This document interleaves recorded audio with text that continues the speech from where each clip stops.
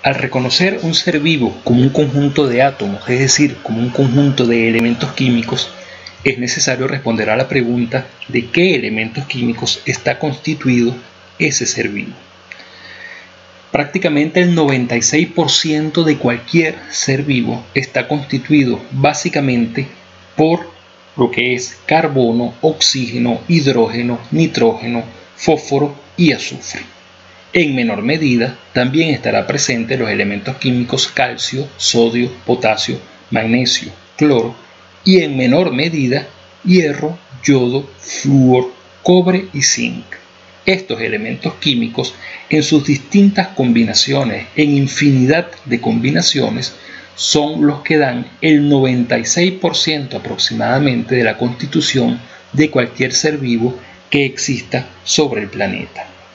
Al decir que son elementos químicos, estamos diciendo que esos seres vivos están constituidos por átomos que se van a agrupar de múltiples formas para dar origen a las moléculas. Dependiendo de la naturaleza de estas moléculas que están en los seres vivos, podemos clasificarlas a ellas en lo que son moléculas inorgánicas y moléculas orgánicas, siendo las moléculas inorgánicas el agua y las sales minerales, y las moléculas orgánicas lo que son las proteínas, carbohidratos, lípidos y ácidos nucleicos. En su conjunto, debido a que todas forman parte de los seres vivos, las denominamos biomoléculas. Estas biomoléculas, en esa primera clasificación de inorgánicas y orgánicas, el criterio va a ser la presencia o la ausencia de carbono. En las moléculas orgánicas siempre existirá carbono, en las moléculas inorgánicas la gran mayoría de las veces no existirá carbono, y si existiese carbono, esos carbonos jamás estarán enlazados con otro átomo de carbono o con átomos de hidrógeno. Es así como, por ejemplo, el dióxido de carbono presenta carbono, pero es una molécula inorgánica porque en ella no se presentan enlaces carbono-carbono o carbono-hidrógeno. Es así como los carbonatos son moléculas inorgánicas debido a que, aunque presentan carbono, no presentan los tipos de enlaces que hemos mencionado.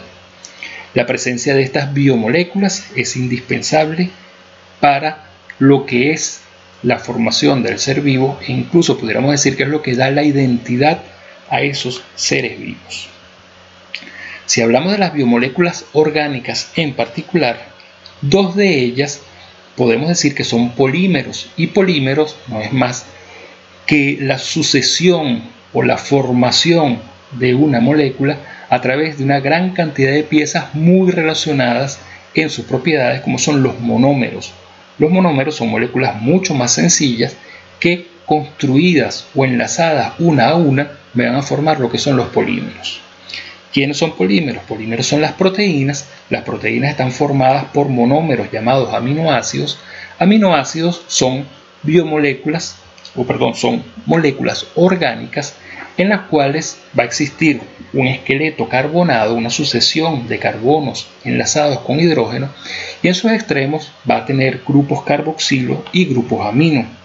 También son polímeros los ácidos nucleicos, están conformados por los monómeros llamados nucleótidos, nucleótidos que están formados por un azúcar o un carbohidrato de tipo pentosa, van a estar formados por bases nitrogenadas y por grupo fosfato. Una serie de nucleótidos o los monómeros nucleótidos van a generar el polímero ácidos nucleicos. Los carbohidratos son moléculas conformadas por carbono, hidrógeno y oxígeno, en los cuales se da fácilmente la oxidación del carbono. Igualmente los lípidos es carbono, hidrógeno, oxígeno. Muchos de los lípidos, aun cuando son moléculas muy variables, muchos de ellos en el sentido orgánico tienen lo que son o están conformados por una base que son los llamados ácidos grasos, que va a ser una sucesión de carbonos en cuyo extremo hay grupos carboxilo.